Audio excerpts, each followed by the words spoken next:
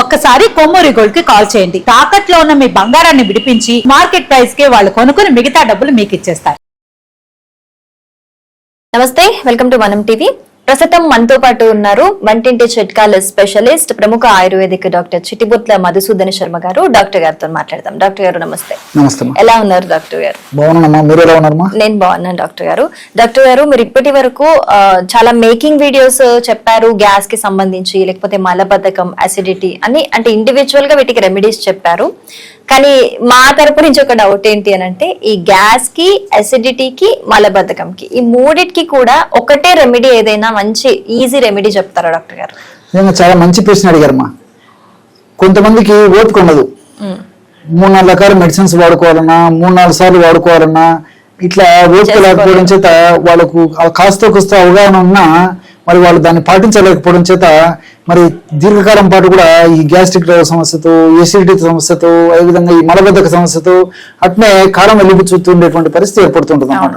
నిజంగా చెప్పాలంటే ఇంచుమించు ఇవన్నీ కూడా ఒకదానికి లింకుతో ఉన్నటువంటి సమస్యలు. గ్యాస్ట్రిక్ ట్రబుల్ సమస్య, అదేవిధంగా అసిడిటీ సమస్య. సో అసిడిటీ సమస్యలు యాసిడ్ రిఫ్లెక్స్ ఎక్కువ ఉంటుంది, గుండెల్లో మంట ఉంటుంది, నోట్లోకి పుల్లగా తేంపులు వస్తుంటాయి, ఒక్కోసారి నోరు భాగం అంతా పుల్ల అయిపోయేటువంటి పరిస్థితి ఏర్పడుతుంది, కారం పట్టనేకున్నటువంటి పరిస్థితి ఏర్పడుతుంది, అసిడిటీ, అదేవిధంగా కాళ్ళు చేతులు మంటలు ఉండేటువంటి పరిస్థితి ఏర్పడుతుంది, మూత్రము అదేవిధంగా మలం కూడా ఒక్కోసారి మంటతో కూడా వచ్చేటువంటి పరిస్థితి ఏర్పడుతుంది. ఇవన్నీ ఎసిడిటీ ఎక్కువ ఉన్నప్పుడు కలుగుతూ ఉంటుంది అనమాట.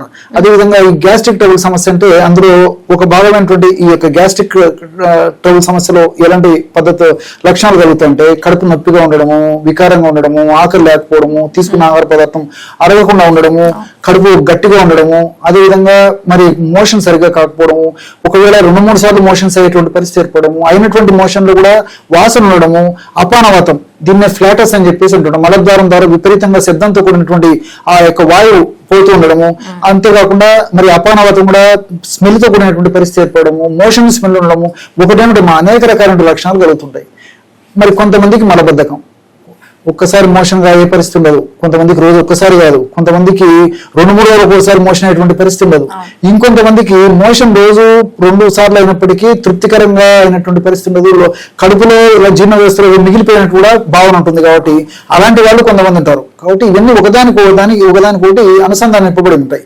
కాబట్టి మోషన్ ఫ్రీగా అయితే ప్రేగుల్లో మరి ఆ యొక్క చెడు పదార్థం అంతా పోయేసరికి మరి అసిడిటీ సమస్య కానీ, అదేవిధంగా మరి గ్యాస్ట్రిక్ సమస్యలు కానీ రాకుండా ఉండేటువంటి పరిస్థితి ఏర్పడుతుంది, వచ్చిన త్వరగా తగ్గిపోయేటువంటి పరిస్థితి ఏర్పడుతుంది. అవి ఉన్నప్పుడు మరి వాటి యొక్క లోపల అనారోగ్య పరిస్థితుల్లో మోషన్ సరిగ్గా కాకపోయేటువంటి పరిస్థితి ఏర్పడుతుంది.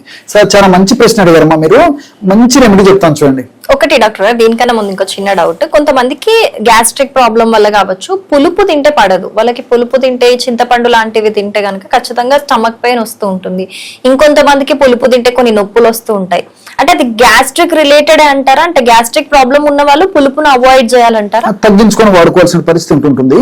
ఎందుకంటే ఈ పులుపు ముఖ్యంగా చింతపండులో ఈ సిట్రిక్ యాసిడ్ లాంటి పదార్థాలు ఉన్నప్పుడు అలాంటి చింతపండుని ఏదో ఒక అతి తక్కువ ప్రమాణంలో వాడితే మేజర్ గా చెప్పుకోదగ్గ ఇబ్బంది కలగకపోవచ్చు. కానీ ముఖ్యంగా ఈ మసాలా పదార్థాలు, అదేవిధంగా వేయించి ఉడికించి ఈ విధంగా రకరకాల ప్రయోగాలు చేసినటువంటి పదార్థాల్లో చింతపండు పులుపు ఎక్కువ వాడతారు. కాబట్టి అలాంటి వాడినప్పుడు ముఖ్యంగా అట్లా ఎక్కువ ప్రమాణంలో వాడినప్పుడు మన లక్షణాలు కూడా మరీ ఎక్కువగా ఉండేటువంటి పరిస్థితి ఏర్పడుతుంది.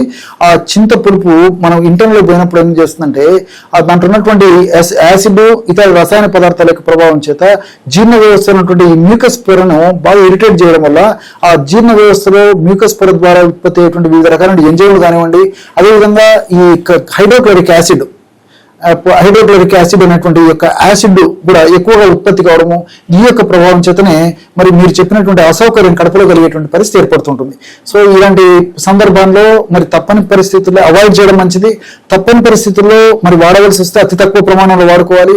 దాంతోపాటు మరి నీళ్ళు ఎక్కువగా సేవించడం వల్ల మాక్సిమం ఆ యొక్క చెడుగుణాన్ని మనం తగ్గించడానికి అవకాశం ఏర్పడుతుంది. ఓకే డాక్టర్ గారు. లేదంటే మరి పులుపు కావాలంటే ఈ యొక్క ఉసిరిక కూడా వాడుకోవచ్చు. ఉసిరిక, ఓకే. లేకపోతే ఈ ఆమ్చూర్ పౌడర్ లాంటివి. ఎగ్జాక్ట్లీ, ఆమ్చూర్ పౌడర్ కూడా పనిచేస్తుంది, ఉసిరిక పనిచేస్తుంది. లేకపోతే ఈ నిమ్మరసం కూడా, అది నిమ్మరసం కూడా కొంతమందికి అయితే పడదు. కాబట్టి ఈ నిమ్మరసం కూడా అది పులుపుగా ఉన్నప్పటికీ మన దేహంలోకి పోయిన తర్వాత అది క్షారత్వాన్ని సంతరించుకుంటుంది.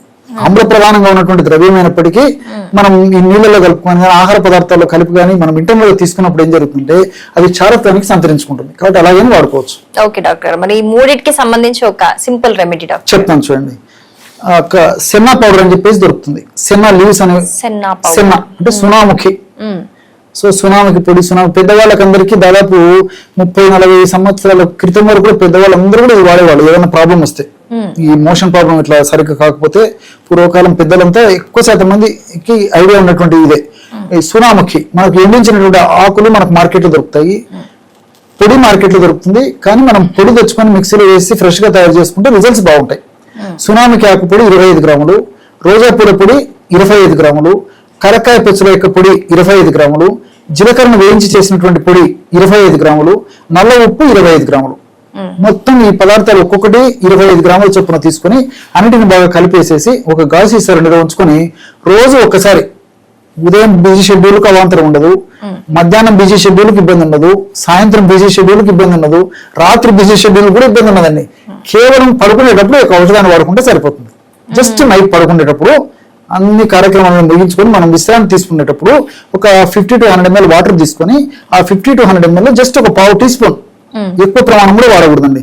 ఎక్కువ ప్రమాణం వాడడం వల్ల ఎమోషన్స్ ఎక్కువ టెండెన్సీ ఉంటుంది కాబట్టి పావు టీ స్పూన్ అంతకంటే తక్కువైనా వాడుకోవచ్చు. కానీ మాక్సిమం డోస్ నేను ఇక్కడ ఈ పరిస్థితుల్లో చెప్తున్నాను కాబట్టి ఇటువంటి సమస్యలు ఉన్నప్పుడు మాక్సిమం పావు టీ స్పూన్, సో అరపావు టీ స్పూన్ అనేది మంచిదే.